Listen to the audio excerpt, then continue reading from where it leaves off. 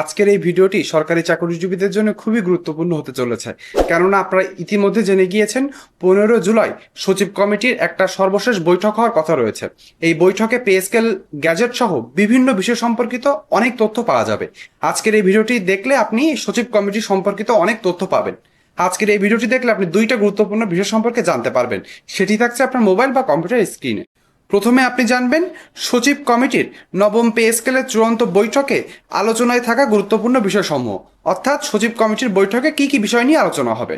এবং সর্বশেষ আপনি জানবেন সচিব কমিটির সম্ভাব্য চূড়ান্ত সুপারিশে বেতন যেভাবে বাড়তে পারে, আপনার বেতন কতটুকু বাড়বে সেটিও জানবেন এই ভিডিওটিতে। এই দুইটা গুরুত্বপূর্ণ বিষয় আপনি জেনে যাবেন এই ভিডিওটি না টেনে একদম শেষ পর্যন্ত দেখলে। আপনাদের কাছে অনুরোধ থাকবে ভিডিওটি টানবেন না। তাহলে চলুন আমরা সময় নষ্ট না করে ভিডিওর মেন অংশে চলে যাই। আমরা ভিডিও মেনু অংশে চলে এসেছি।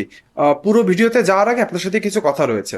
পে স্কেল গ্যাজেট যতই ভেটু দিক, যতই এর বিরোধিতা করুক, পে স্কেল বাস্তবায়ন হবে। যেহেতু সরকার কমিটমেন্ট দিয়েছে 2026 সালের জুলাই থেকে পে স্কেল বাস্তবায়ন হবে, এখান থেকে পিছানোর কোনো উপায় নেই।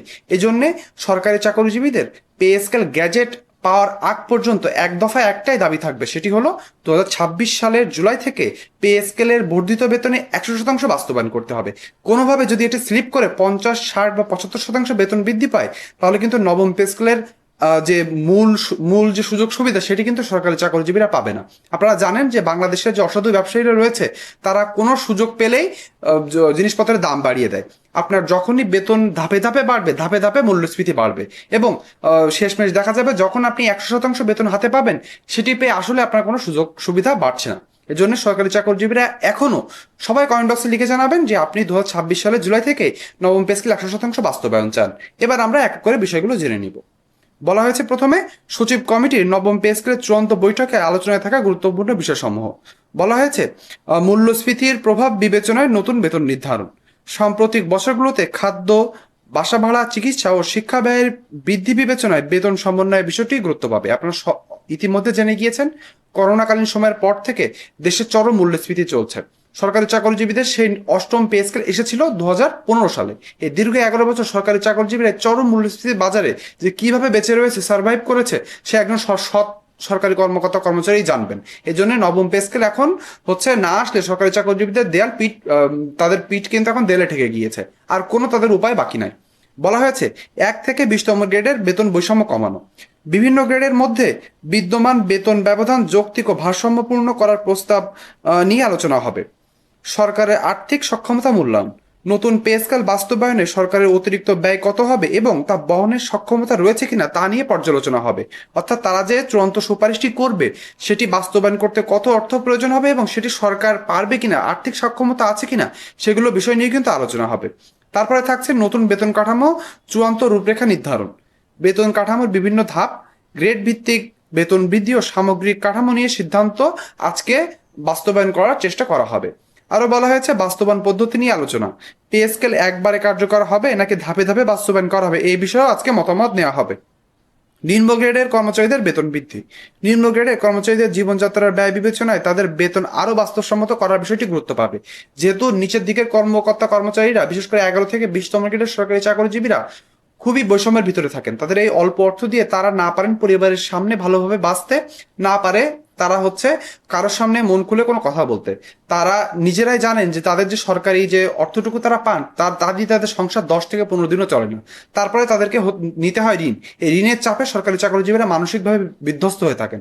তাহলে আপনার সরকারি চাকরিজীবীদের এই এতটুকু যদি আর্থিক সঙ্গতি থেকে না দিতে পারেন, তাহলে একটা সরকারি চাকরিজীবীদের কাছে আপনি কিভাবে বিদেশের যে ইউরোপ, আমেরিকার মতো সার্ভিস পেতে চান? এজন্য সরকারি চাকরিজীবীদের তাদের প্রাপ্য সম্মান এবং মর্যাদার সাথে তাদের অর্থনৈতিক সক্ষমতাটা বাড়িয়ে তুলতে হবে। এটা সরকারি চাকরিজীবীদের জন্য করতে হবে সরকারকে। ভিডিওর এই অংশে এসে আপনি এখানে একটি ছবি দেখতে পাচ্ছেন, যেখানে আমার ইউটিউব চ্যানেলের একটি ছবি দেওয়া হয়েছে এবং দেখানো হয়েছে আমার ইউটিউব চ্যানেল থেকে যারা ভিডিও দেখে থাকেন নিয়মিত, তার প্রায় 80% মানুষ আমার ইউটিউব চ্যানেলটিকে সাবস্ক্রাইব করেন না। আমাদের কাছে অনুরোধ থাকবে আমার ভিডিওটি যদি আপনার একটু হলেও ভালো লেগে থাকে, পে স্কেল সংক্রান্ত সচিব কমিটির আপডেট, মন্ত্রিসভার আপডেট সহ পে স্কেল গ্যাজেট সংক্রান্ত সকল তথ্য পেতে চাইলে আমার ইউটিউব চ্যানেলটি সাবস্ক্রাইব করেছেন কিনা একটু কষ্ট করে দেখবেন। করা না থাকলে দয়া করে দিবেন। অন্যদিকে আরেকটি ছবি দেখতে পাচ্ছেন যেটি আমার ফেসবুক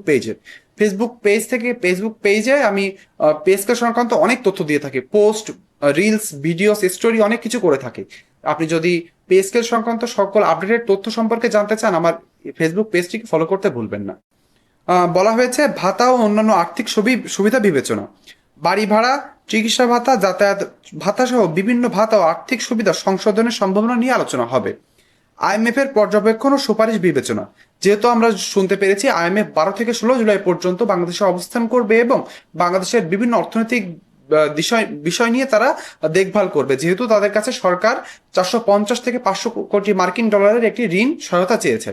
তারা দেখতে চেয়েছে যে দেশের অর্থনৈতিক অবস্থা কেমন রয়েছে এবং এই অর্থনৈতিক অবস্থার ভিতরে নবম পে স্কেল আদৌ বাস্তবায়ন করা সম্ভব কিনা। তারা কিন্তু কোনোভাবে ভেটো দিয়ে বলেনি যে নবম পে স্কেল বাস্তবায়ন করা যাবে না। সর্বশেষ রিপোর্ট অনুযায়ী আমরা যতটুকু জানতে পেরেছি, আইএমএফ জানিয়েছে নবম পে স্কেল যদি একটু পিছিয়ে দেওয়া যেতে পারে তাহলে সরকারের জন্য সেটি ভালো হবে, কিন্তু সরকার যেহেতু একবার এটি জাতীয় সংসদে বলেই দিয়েছে, এখান থেকে পিছিয়ে আসার কোনো উপায় নেই। যখনই পে স্কেল গ্যাজেট আকারে প্রকাশ হবে 2026 সালের জুলাই থেকে পে স্কেল বাস্তবায়ন করতে হবে, এটা সরকারি চাকরিজীবীদের শেষ কথা এবং এভাবে হবে বলে আমরা যতটুকু শেষ নিউজ পেয়েছি ততটুকু জানতে পেরেছি।